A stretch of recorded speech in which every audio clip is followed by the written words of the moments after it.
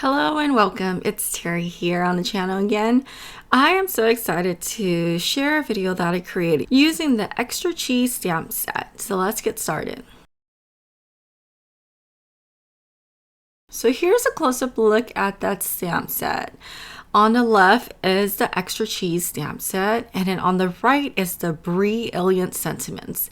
And I love all the sentiments on here. It pairs so well with the stamp set. Okay, so to begin my card, I am going in with an A2 size white cardstock, and I'm going to be doing the masking technique. What I want to do here is I'm trying to figure out which two stamps I want to use on my card design. It was so hard to choose from because every single stamp in this set is just adorable, but I decided to go with the cracker and the butter. So I placed that on the bottom right hand side of my card panel.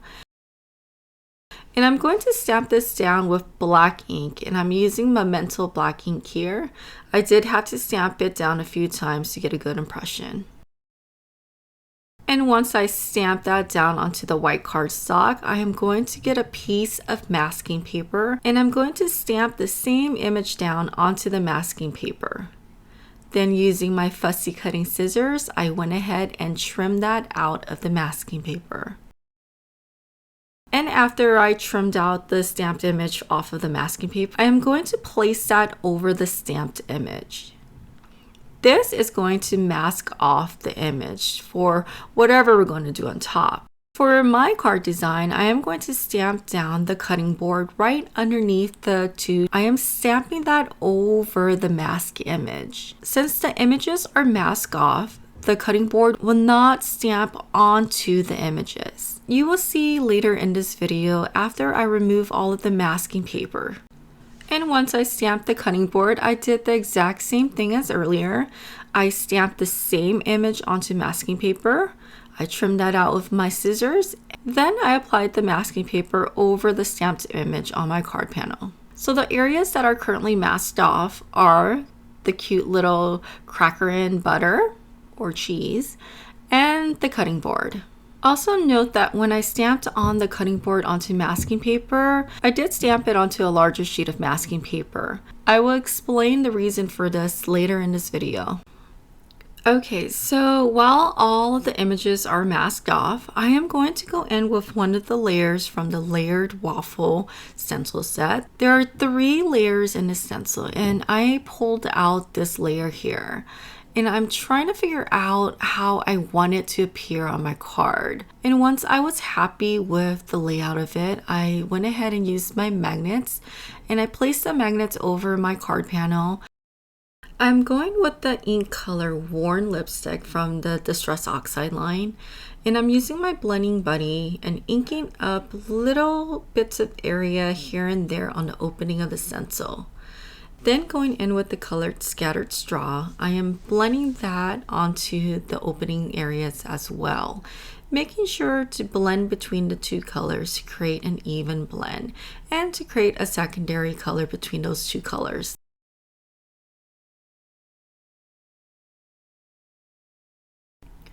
Before I remove everything off, I want to add a little bit of splatter.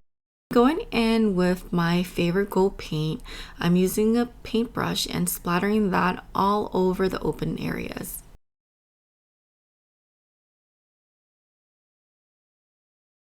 And this is one of my favorite parts, is removing the masking paper. So I love using masking paper because it creates a 1-layer card. Here I'm using my tweezers and removing all of the masking paper.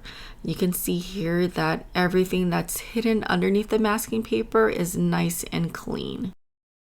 Okay, so remember the cutting board that we cut out of the masking paper earlier? So I'm going to use the negative part of the cutting board here from my masking paper, and I'm placing that over the stamped image on the card panel. And I did have to put a little sticky note here off to the side because for some reason when I did cut into the masking paper, it didn't cut evenly, so there was a little gap there. So instead of coloring with Copic markers here, I'm going to go ahead and use brown ink. And my favorite brown inks are from Tailored Expressions. And I'm using the color Toffee and Cinnamon. I'm using my blending buddy and I'm going to blend that in the opening areas of the masking paper. So the great thing about masking is you can mask the positive side or you can mask the negative piece of the image. And this is a great way to save time.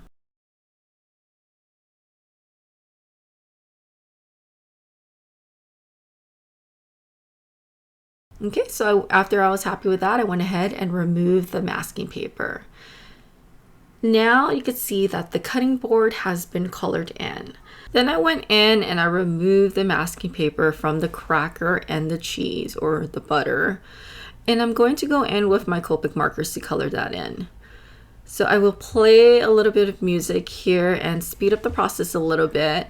If you don't really care for the coloring part, I will leave a time down below and you can forward it to that time.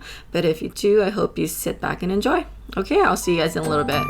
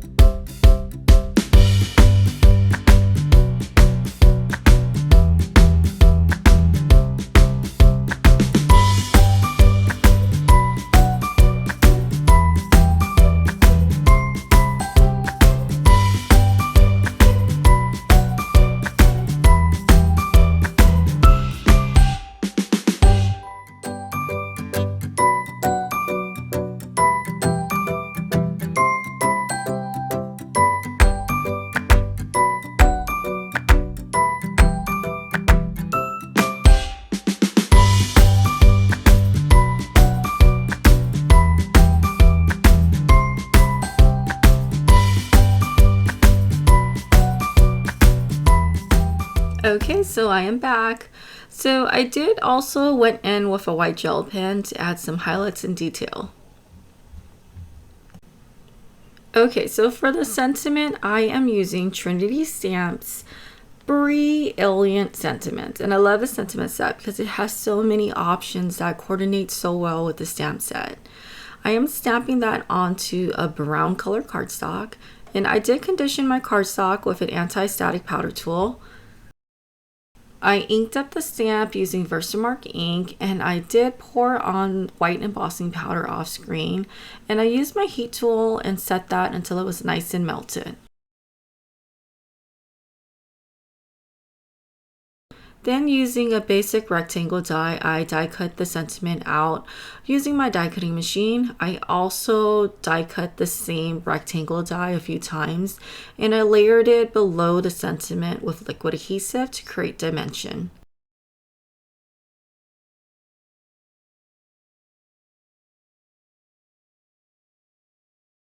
So a great way to add interest onto your card design is just using a plain old score buddy with the bone folder.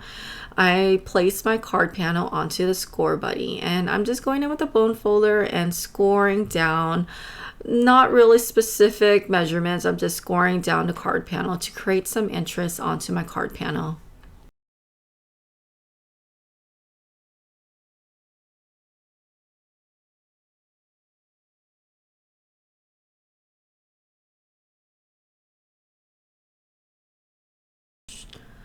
I then adhered that to a toffee or craft colored cardstock that I trimmed down to 4¼ by 5½ inches. I also adhered that to a top folding card base in white. To add a little more sparkle onto the design, I love grabbing an embellishment from Trinity Stamps. They have so many to choose from, and this one here is called Orange Sparkle Spots, and it's a flat embellishment with sparkle. And I just went ahead and adhered that to the areas on my card panel.